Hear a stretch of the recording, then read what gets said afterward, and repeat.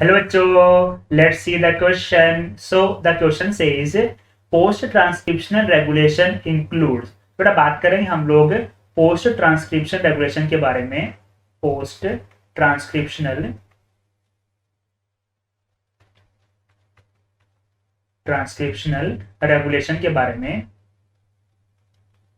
सो बेटा post transcriptional regulation से आप क्या समझते हैं, यानी कि जो पहले आरएनए का फॉर्मेशन हुआ, एचएनआरएनए का फॉर्मेशन हुआ, उसको पोस्ट ट्रांसक्रिप्शन मॉडिफिकेशन के रिजल्टेंट मैच्योर एमआरएनए में कन्वर्ट किया गया। बेटा पीटीएम के जो बात करेंगे हम लोग पोस्ट ट्रांसक्रिप्शन मॉडिफिकेशन के बारे में, तो जो पीटीएम है पोस्ट ट्रांसक्रिप्शनल मॉडिफिकेशन, उसके अकॉर्डिंग बेटा हमने क्या किया, फॉर्मेशन ऑफ मैच्योर आरएनए,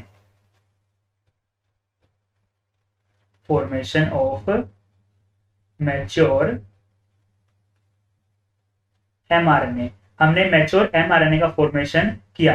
और बेटा इसमें जो प्रोसेस काम मिली हमने कैपिंग, टेलिंग एंड स्प्लाइसिंग, इन तीनों प्रोसेस का रीजन क्या होता है, so it can increase the stability into cytoplasm. PTM का जो बेटा रीजन होगा to increase stability, to increase stability.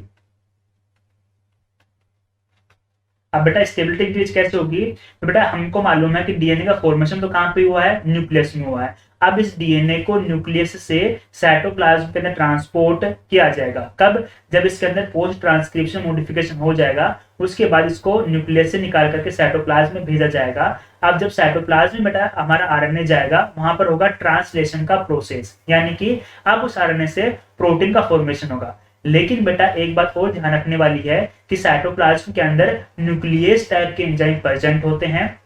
तो जो न्यूक्लियस एंजाइम है वो हमारे आरएनए को डिस्ट्रॉय कर सकते हैं। इसलिए बेटा हम लोग क्या करते हैं, आरएनए को एक प्रोटेक्शन प्रोवाइड करते हैं। उसके 5 प्राइम एंड पे करेंगे कैपिंग और 3rd प्राइम एंड पे करेंगे टेलिंग, ताकि वो न्यूक्लियस एंजाइम आरएनए के सीक्वेंस को आइडेंटिफाई ना कर सकें, ताकि आरएनए की स्टेबिलिटी साइटोप्लाज्म में इंक्रीज हो सके।